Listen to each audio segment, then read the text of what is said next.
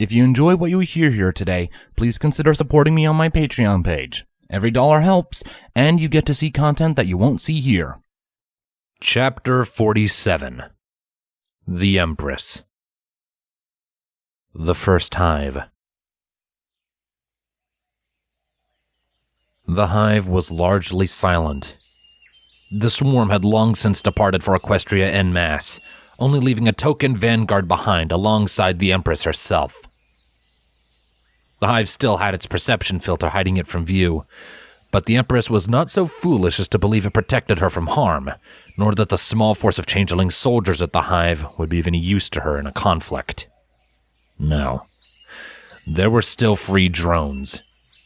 She knew that the former captain of her favorite Changeling queen was still not of the Hive, and he knew the location of the Council Hive all too well. The Empress knew it was only a matter of time until the ponies made a strike directly at her. Perhaps even the Alicorns themselves would come, attempting to end the war in one fell swoop. In fact, she was counting on it. The Empress hummed as she contemplated this, standing outside the cave and examining the surrounding forest. She still had some final preparations for such an eventuality to make. The swarm had murdered and destroyed whatever stood in its wake, and she did not doubt the rage held within the pseudo-goddesses sitting on the equestrian throne. Simply waiting for their arrival was all but suicidal, and suicide was not a concept that greatly appealed to the Empress of the Changelings. But she did have a few things in mind. The coming fight would be difficult, but with a certain trump card, she felt safe in her confidence. Either way, it would be an interesting event indeed. The trump card in question had been far quieter within the hive mind since their earlier talk, at least once she had realized that her struggles against the chains which bound her were both futile and exhausting. If she continued to be good, the Empress was considering giving her a little bit more of her mind back, at least what she took after their last talk, but only if it was needed. She was not interested in Twilight becoming another Queen Crepuscule. Saying that, her mind had a potential usefulness in the following days. The Empress hummed lightly to herself before turning back and walking into one of the Hive's 4 main entrances.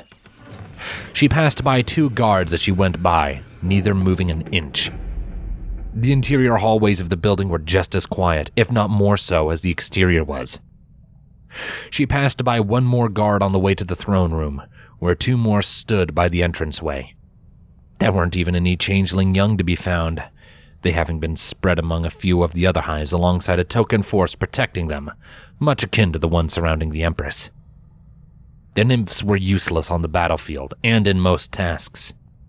It was best that they were kept safe and trained steadily as they grew. Only then would they make effective servants of the hive in adulthood. The children were the future, after all. The Empress ascended the steps and sat atop her familiar throne, ensuring the throne room doors were fully closed before closing her eyes and delving once again deep into the hive mind. She could see the usual spheres representing the consciousness of each and every member of the hive. She gathered up 17 of those orbs, setting another 2 to one side. She considered the spare 2 for a moment before deciding to leave them be. She let them loose, the 2 spheres of light drifting off into the expanse as the princesses they belonged to continued their assigned tasks.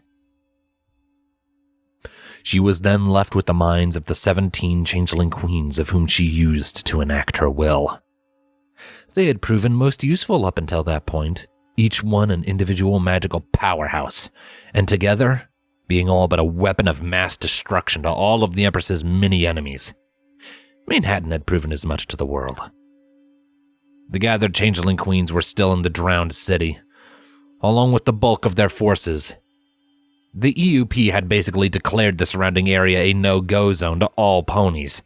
The generals attempted to consolidate their forces and plan a counterattack. But by the time they had one devised, the swarm would have long moved on. The changelings had sent groups to clear up any ponies who got too nosy for their own good, and others to hound the EUP as they pleased. However, these groups were small and scarce, and most were eliminated by the ponies akin to the survivors of Las Pegasus, who were being systematically hunted down by a group called the Longshots. It was of little consequence in the end. They were little more than distractions to keep the EUP occupied. The Empress intended to have the swarm split into a few groups and move into isolated areas, leaving the ruins of the former metropolis to rot and decay. There, they would continue to hound the EUP with small groups, much as they had currently been doing, simply biding time while waiting for the crucial next step to take place. A next step which would be followed by a dagger into the heart of Equestria, one which would shatter the country and leave them in a disorganized chaos.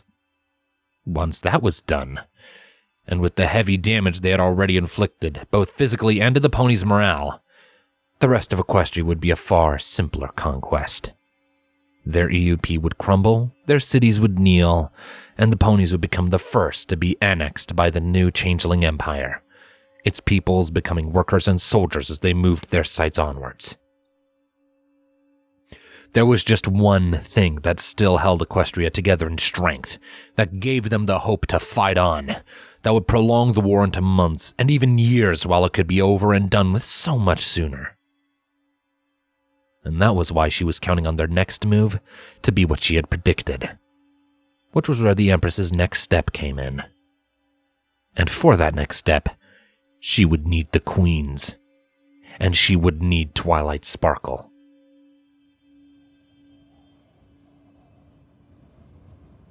Manhattan Ruins.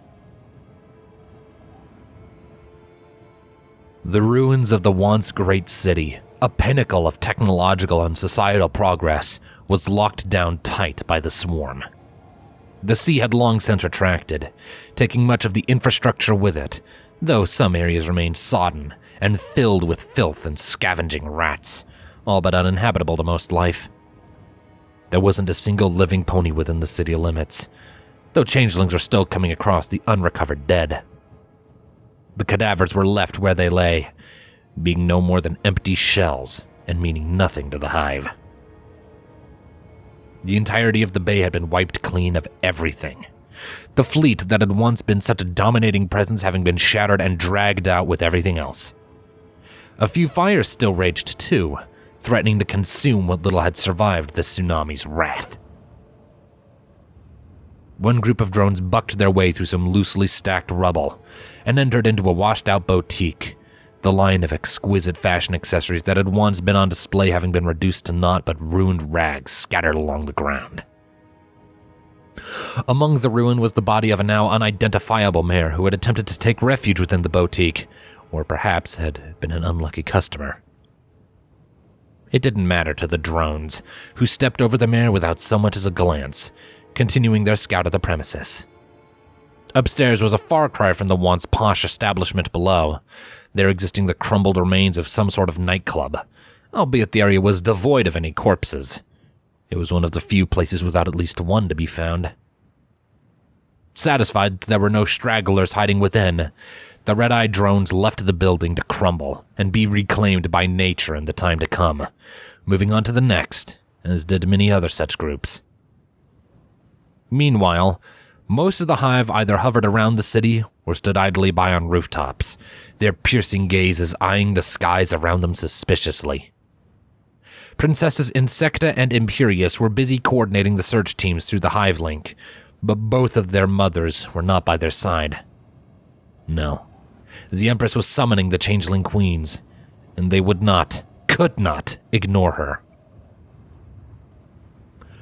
So, as it was, the 17 Changeling Queens all lowered themselves onto Manhattan's largest remaining building, gathering themselves into a circular formation.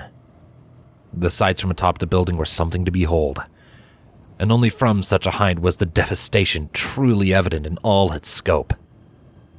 They could see just about every district, and in the distance, the still partially submerged island that once held a large green statue of a mare, a statue that was no longer anywhere in sight. But the queens didn't look, not even a glance out of the corner of their eyes. Their Empress had need of them, and that was all that mattered. They could feel her presence, her gaze concentrating fully on them in an expecting manner. Each sent a ping over the Hive mind to show their response, and thus she began to speak to them. Ah, there you all are. She spoke over the Hive mind in a manner not dissimilar to that of a strict school teacher. I trust I am not interrupting anything. The question was largely rhetorical, the Empress knowing full well that they had all been doing before their summons. The Changeling Queens knew as such, so they did not answer. No? Very good. She would not waste her own time any longer. She had important work for them all.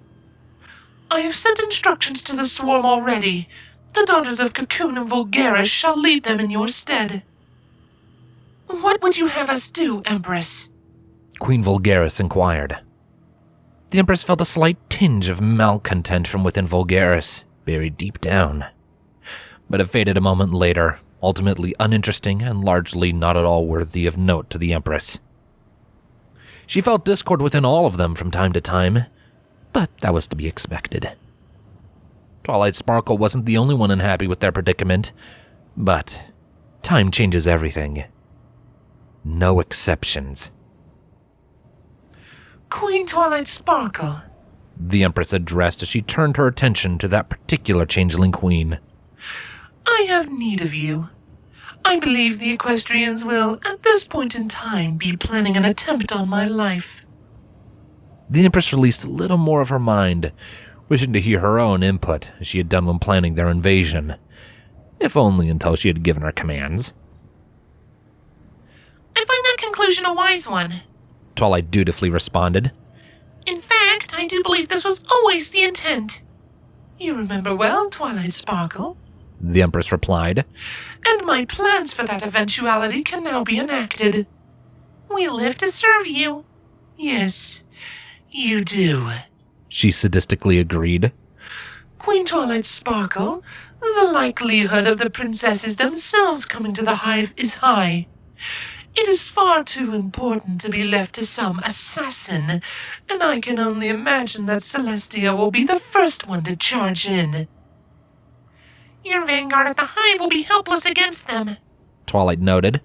You are powerful, Empress, but against potentially 3 Alicorns, should they choose to leave the throne empty in the meantime, you may not win. I am fully aware, the Empress stated. You are to return to the Hive immediately. When they arrive, you will be of great use to me. Nothing else matters until the deed is done. I will leave immediately. Good. Waste no time so that the princesses do not get here first. That is all. Twilight Sparkle opened her wings and immediately took to the skies in the direction of the first Hive. The other queens watched her depart before asking the question on their entrapped minds. Empress? Queen Cocoon addressed. What do you wish of the rest of us? Yes, I had not forgotten you. The Empress informed the 16 Changeling Queens what their own tasks were to be. Xerox, Plastron, Cocoon, Pupa, Tempora, Antennae, Carapace, Acatica, Erisana, Austriaca, Germanica, Nurse, Ingrica, Orbata, Pennsylvanica, and Vulgaris. Each of them was given a singular task, one they were to complete in unison. All willing to serve through a drive not their own. Each one ready to bring about the end of the Alicorns. So with that final sentiment, they too departed, setting off to do what the Empress bid them. The swarm would move on soon after, the Changelings all too ready for what the ponies had in store for them.